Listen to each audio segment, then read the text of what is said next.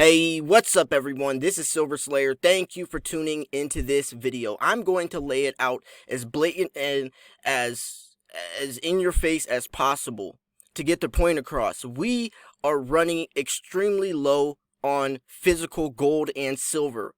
We're running out. This is because of COVID-19 shutting down mines, shutting down silver production, imported, exported goods. With already not only that, but for the last 7 years, the top silver producers have been abandoning silver mines. We're seeing silver vanishing in thin air. What's going to happen when the rising demand that silver has, especially from a safe haven asset and as prices rise, cannot meet the supply? When the demand cannot meet the supply, that's going to shoot the price extremely high.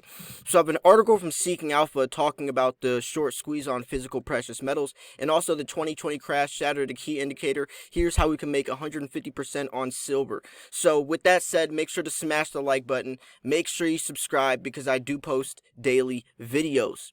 So short squeeze on physicals.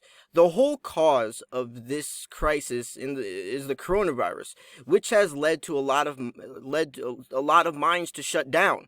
The mines provide liquidity for physical gold to exchanges. The London exchange is running very tight on supplies and is paying traders not to take delivery on physical gold. This is a potential short-term squeeze.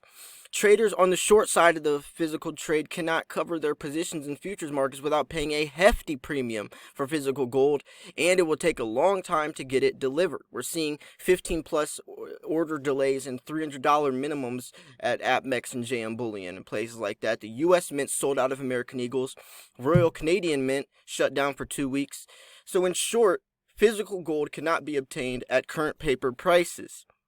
So the other side of the trade, which are held by banks primarily, are in really bad situations because they sold short on the metals they do not have. They now could be facing a default on the futures contracts. The integrity and trustworthiness of capitalism is at stake. Are these exchanges going to default? Is the government going to default on the debt? I don't think so. If it did, that would really create a global economic collapse. It was stupid what central banks did to get us where we are today, but default would be a total disaster. I do not think the system will collapse because governments cannot allow the capitalistic system to collapse. Free markets are a major representation of that system, so governments cannot allow such markets to collapse. The world has gone into a margin call. We need to find a way to refinance this entire fiasco. Governments need to provide a cash or liquidity to get us through the crisis. A lot of cash is going to be needed since the coronavirus is affecting every sector in the economy, across the world, even to that. Governments are going to have to print as much money as they need in order to ensure the trustworthiness of various markets and exchanges. We are going to need some creative financing to merge the balance sheet of the Treasury with Feds to consolidate the asset base. Then they can leverage their assets as much as needed. They might need to offer some 100-year plus bonds. There are very few alternatives. The crisis has led to a massive disruption in the availability of many products. The inability to get physical gold and silver is a precursor of what is going to happen in the area of food and other areas, which is very alarming to think about.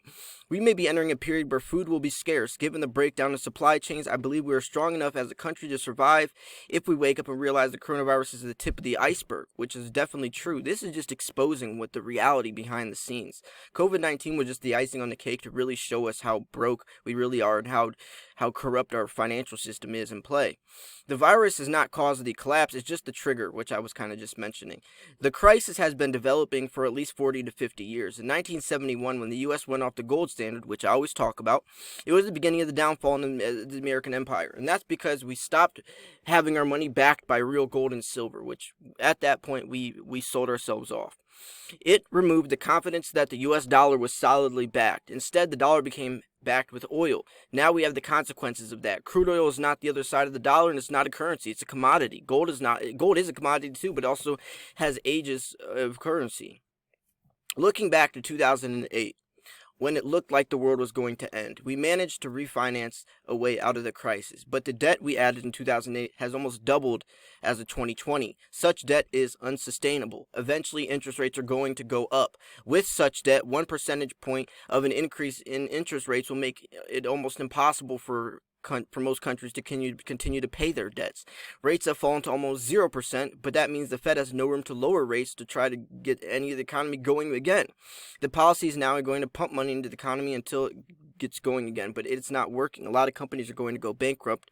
The old way is not working. There is no one who is providing confidence the world needs to get through the economy again. No one has confidence or trust anymore in the markets. Officials are playing politics. They need to act, but they are not. So I wanted to share that because that's a very bold statement, bold article, but it's very, very insightful, and it shares a lot of reality. You know, the COVID-19 isn't the main problem. It just exposed the real problem, right? It exposed the reality that we have been in for the last 50 years. Since we got rid of the gold standard, we've been SOL. We sold off the right to even have a real dollar. So anyways, here's another article, very interesting. So my publisher shot me an email last Wednesday morning. The subject read, "The longest record broken. Gold-silver ratio hits highest in over 5,000 years." I laughed at first. It's hard enough finding reliable price data in a century, but much less 5,000 years. So, but we do not have the anecdotal data going back to 3100 BC, according to the article. Back then, the ratio was 2.5 ounces per ounce of gold. It was 2.5 parts silver equals 1 part gold in layman's terms. We've never seen silver values that high in modern day. The average since 1975 is about 61 ounces of silver per ounce of gold.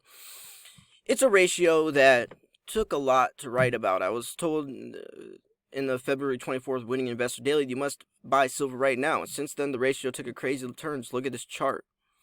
The price of silver plummeted. It fell from February 24th high of $18.63 per ounce to March 18th low of $11.98. As of writing this, the price was around $14.50 per ounce. That's 22% the February high. The gold price made similar moves, but not as dramatic. It's only down 3% from its March 9th high. And that's why the silver to gold ratio went ballistic. Here's the one thing. The ratio could get worse. Gold is in crisis. It's difficult to impossible to get gold bullion right now. According to Ludwig Carl in an interview, he's a board member of Swiss Gold Safe, and the company stores gold secure vaults in the Swiss Alps. Gold coins sell at 5% plus premiums to spot price, and so does silver, if not more. That means if gold's $1,600 per ounce, you pay an extra $80 per ounce. That's the highest premium since 2016. And with the trillions of dollars from global stimulus set to flood markets, we are in for inflation. There's a little chance we'll see the gold price coming back down if that's the case. That means silver price will soon follow gold higher and potentially much higher. This isn't uncharted territory. In fact, right out of the crash playbook, we saw it happen in 1991, 1995, 2003, 2008, and 2016. That was the July 2016 high of $21 silver. Every time we see the silver to gold ratio break out like this, it results in silver prices going up or doubling or triple digits. The average gain was 147%. The highest gain was 371% in 2008, and the ratio never got this far to balance back then. I recommend we jump on this train now before silver prices soar along with gold. We can either buy, I mentioned, instead of the ETFs or any of that stuff, just buy physical gold and silver. Much more liquid, it's much safer, you're in complete control of your own wealth. So anyways, I thought these articles were very, very interesting today. We have a lot to talk about. I'll try to keep this video shorter, but really, you know, the past 7 years, Mexico, Peru, Chile, Australia, China, some of the biggest producers of precious metals have been abandoning silver mines. We knew that this was going to lead to bad consequences. There's been silver shortages, the American Eagle shortage, shortages across the board. When the demand cannot meet the supply, that's going to shoot the prices higher, and right now we're finally seeing the results of that. So what do you think about this? What do you think this is going to entail for gold and silver? Are we going to have to dig more out? And what's going to happen with miners? Is the miners' profitability going to be at play? What's going to be at stake? Also, looking at this, you know, silver price right now with the gold to silver ratio still at like 115 to 1, what is this going to entail for higher silver prices? Are we going to see 150% increases on silver, or do you think that gold's going to be king? I definitely think silver is going to come out on top, like the article even said. It happened so many different times in several different instances. In 2003 and 1995, 2008, 2016, and 1991. all happened and it all led to extremely high silver prices. So anyways, I hope you enjoyed this video. If you did enjoy this video, make sure to smash the like button. Also make sure you subscribe if you're new, because I do post daily videos. I'll probably post a couple more videos a day, so stay tuned for that as well. Thanks for tuning in. The link to both of these articles will be in the description. This was Silver Slayer. I'll see you guys soon. Peace.